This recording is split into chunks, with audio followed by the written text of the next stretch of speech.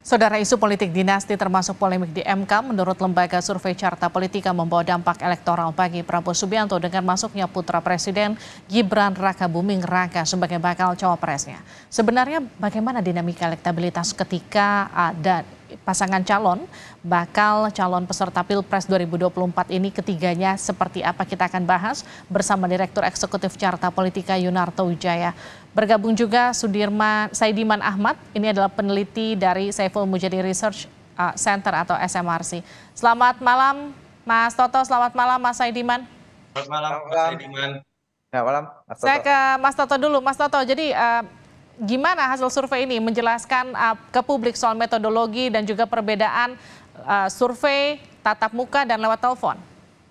Ya, tadi pertama Livi hampir salah sebut, Sudirman Said itu jubirnya bisa bahaya itu. Ya, pertama memang ini dilakukan dengan survei tatap muka 2.400 responden. Kalau ditanya kemudian metodenya tentu saja multi-stage random sampling, mewakili basis populasi dengan beberapa pembobotan terkait dengan data BPS. Dan kalau ditanya perbedaan dari survei telepon dengan survei tatap muka, tentu saja kalau kita lihat cakupan ya, biasanya survei telepon ini menjangkau 80% populasi, dan biasanya secara metodologi pembobotannya harus dilakukan secara lebih ketat, karena biasanya dari sisi segmen, terutama dari sisi kelas sosial, itu biasanya tidak terlalu menjangkau kelas menengah ke bawah. Jadi pembobotan dari sisi misalnya tingkat pendidikan atau pendapatan itu biasanya harus dilakukan secara lebih jeli kalau kita bicara survei telepon. Dan memang biasanya ada pattern bahwa pasangan tertentu ketika lebih banyak dipilih oleh kelas menengah ke bawah itu biasanya akan lebih jelek. Itu yang kita lihat dalam pattern beberapa rilis lembaga survei.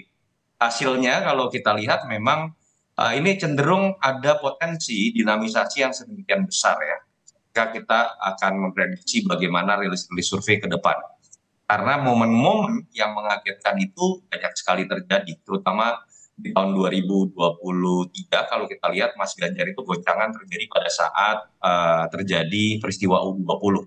Memang langsung mengalami penurunan, dan kemudian dalam 1-2 bulan terakhir lah kita lihat kan banyak sekali kejutan, termasuk pendaftaran kepastian siapa yang menjadi calon wakil presiden.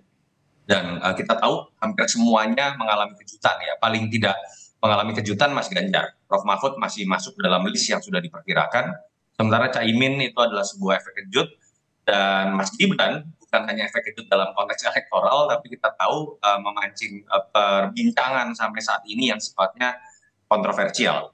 Saya melakukan survei 13-17 Oktober, begitu juga di 26-13 Oktober. Jadi dalam 1 bulan ini ada hanya selisih 2 minggu kita lakukan survei, dan ada 2 peristiwa penting minimal di situ, terutama terkait dengan pasangan Prabowo Gibran.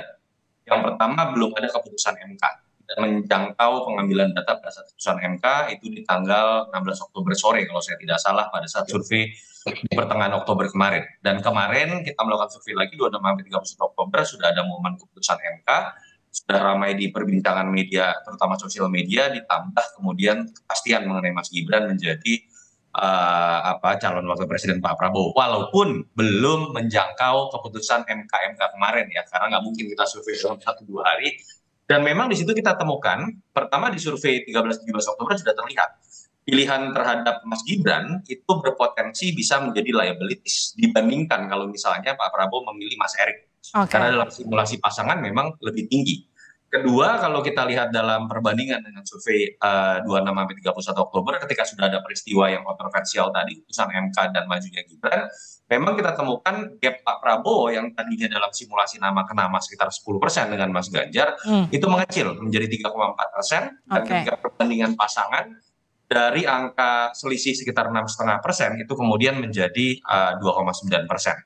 Di level persepsi ini saya pikir linear dengan data, entah itu teman-teman data yang sharing terhadap social media monitoring atau media monitoring, memang sentimen tentang mahkamah keluarga ini itu sangat negatif. 70% sampai 90% itu negatif. Tetapi harus diingat Livi, bahwa hasil pemilu itu tidak hanya bisa dipengaruhi oleh basis persepsi. Ketika berbicara mengenai mobilisasi atau intervensi melalui mobilisasi, dan itu yang kita takutkan terjadi ketika kekuasaan ikut bermain, itu menurut saya juga faktor yang kemudian dalam pengalaman pilkada bisa mengubah persepsi tersebut. Secara umum seperti itu, Livi. Baik, saya ke Mas Saidiman. Jadi kalau kita lihat tadi versinya Mas Toto, tapi kalau versinya SMRC, kalau kami cek terakhir di survei Agustus lalu, ini koreksi saya kalau salah ya, saat itu belum ada deklarasi dan juga pendaftaran. Oktober kemarin itu hanya merekam tingkat kesukaan tokoh dan juga bacawa pres. Dari histori surveinya SMRC terhadap masing-masing tokoh seperti apa, Mas Saidiman? Iya, saya kira dalam beberapa bulan terakhir kecenderungannya sebenarnya tidak terlalu banyak perubahan yang signifikan ya. Intinya adalah kesimpulannya adalah ada dua baca pres atau dua tokoh yang berada di posisi atas dan selisihnya itu masih di bawah margin of error. Saya kira itu ditemukan oleh SMRC dan juga lembaga-lembaga lain termasuk Carta Politika. Sebelumnya juga ada survei yang dipublikasi oleh Indikator Politik Indonesia, itu juga menemukan hal yang sama pada pasangan Ganjar Mahfud MD. Survei indikator itu terakhir 20 Oktober 2023, 26 Oktober 2023 kalau tidak salah.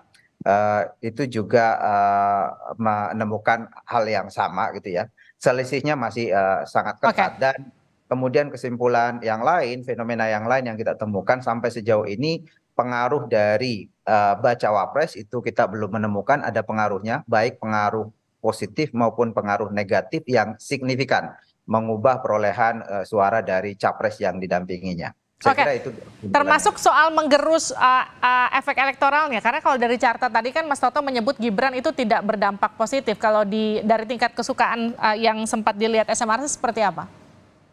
Ya, sejauh ini kita tidak menemukan ada pengaruh yang signifikan, baik menaikkan maupun menurunkan. Memang ada sedikit perubahan, tetapi perubahannya itu tidak signifikan secara statistik. Tetapi kemudian kalau kita diminta untuk melakukan prediksi ke depan, saya kira ada potensi misalnya pada Mahfud MD untuk menaikkan suara, karena likability Mahfud MD dibanding dengan calon-calon yang lain, dibanding dengan para bakal calon wakil presiden maupun dengan para bakal capres, itu lebih tinggi dibanding pada Mahfud MD. Karena itu kalau kemudian tingkat pengetahuan publik terhadap Mahfud MD itu meningkat, katakanlah sampai setara dengan para capresnya, saya kira itu ada potensi pada pasangan yang berpasangan dengan Mahfud MD dalam hal ini Ganjar Pranowo ini untuk kemudian menaikkan suara atau setidaknya menaikkan likability pada pasangan itu.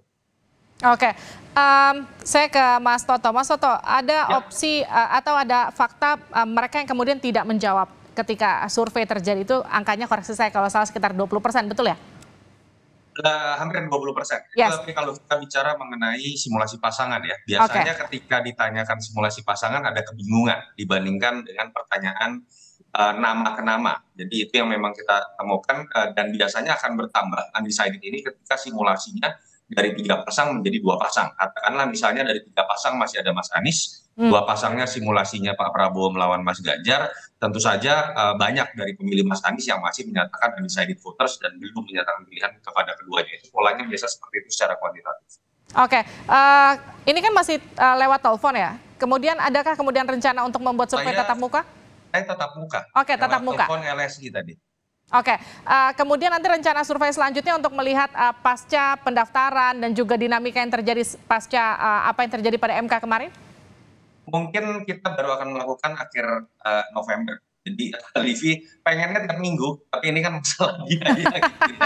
Dan harus diakui kita berusaha sebenarnya, saya yakin SMRC juga dengan dinamisasi isu yang sedemikian besar dan perubahan itu mungkin saja terjadi di daerah-daerah tertentu yang biasanya survei itu minimal 1.200 cukup untuk menjelaskan gambaran pola dari kenaikan dan penurunan elektabilitas. Saya pikir saat ini tidak cukup karena gap-nya terlalu besar dan sulit untuk menjelaskan data perkembangan per daerah, per segmen, bagaimana dinamisasi suara. Jadi memang sebetulnya paling bagus, paling tidak di angka 2.000 responden, baru kita bisa membreakdown penjelasan mengenai dinamisasi perkembangan suara. Oke, terima kasih Mas Yunarto, terima kasih juga Mas Saidiman sudah bergabung di Sapa Indonesia Malam. Sehat-sehat selalu. Yes, Mas Saidiman.